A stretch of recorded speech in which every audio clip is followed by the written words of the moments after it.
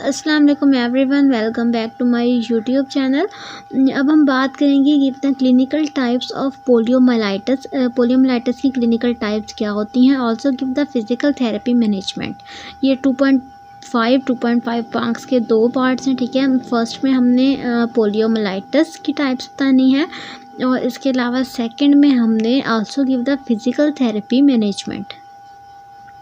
तो first of all हमारे पास types हम देख लेते हैं पोलियोमाइलाइटिस की। पोलियोमाइलाइटिस के बारे में आप सबको ऑलमोस्ट पता होगा, तो इसकी टाइप्स अगर हम देखें तो फर्स्ट वन इज़ हमारे पास एबॉर्टिव पोलियो, जिसको माइनर इलनेस कहते हैं, and second one is involvement of the CNS which is also known as major illness.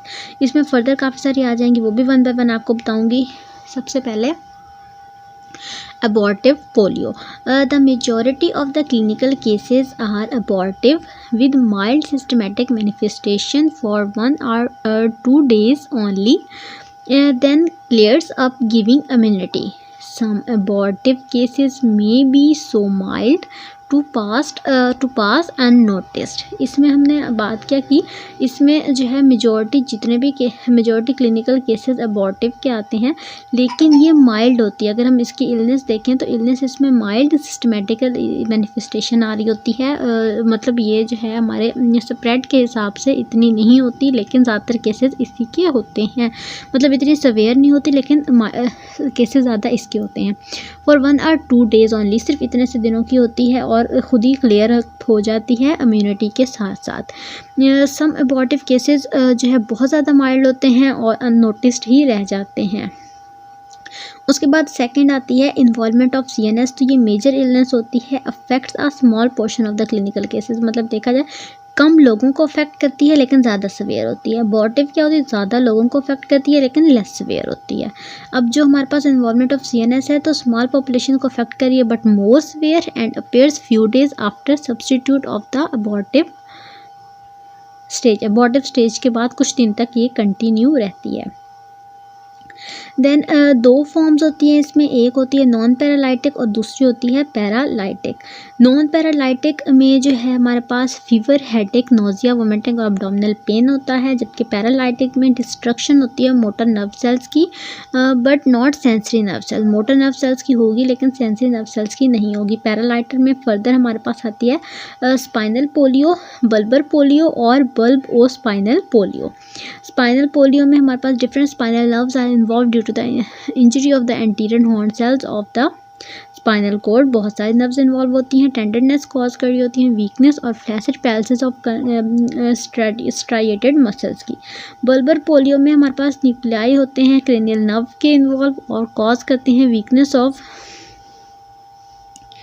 Weakness of supplied muscles और मे बी इंसेफ्लाइटिस।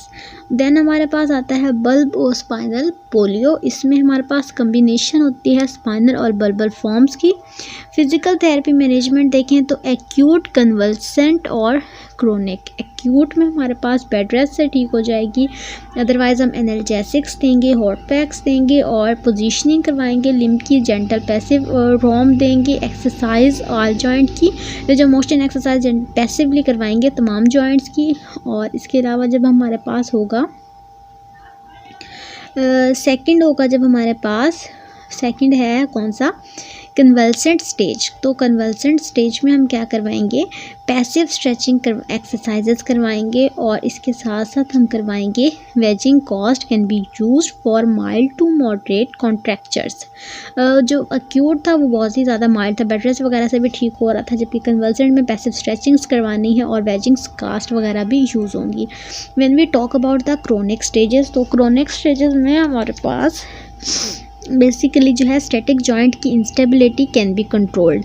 अब जॉइंट इंस्टेबिलिटी कंट्रोल किस तरह से करनी है, ऑर्थोसिस से करनी है। Dynamic joint instability result in a fixed deformity, sometime जो है फिक्स्ड डिफॉर्मिटी हो चुकी होती है जो कंट्रोल्ड ऑर्थोसिस से भी नहीं हो सकती, इतनी ज़्यादा सवेयर हो जाती है। तो बेसिकली ये था हमारा आज का क्वेश्चन जो हमने डिटेल से देख लिया और आपको इसकी सारी डिटेल्स भी बता दी हैं। तो यहाँ तक अगर आपका कोई भी पॉइंट रह गया हो जो मतलब एक्यूट, कन्वल्सेंट या फिर क्रोनिक स्टेज के अकॉर्डिंग या फिर एनी ऑफ दीज टाइप्स या फिर पोलियोमाइलाइटिस के बारे में, तो आपने ज़रूर हमसे कमेंट सेक्शन में पूछ लेना है, या फिर रिमेनिंग या अपकमिंग किसी भी वीडियो के बारे में भी कोई क्वेश्चन हो वो भी पूछ सकते हैं, कोई स्पेसिफिक टॉपिक डिस्कस करना हो वो भी कमेंट सेक्शन में आकर पूछ सकते हैं। सकते हैं। Thank you so much for watching the video, for subscribing the channel, taking your time. Thank you.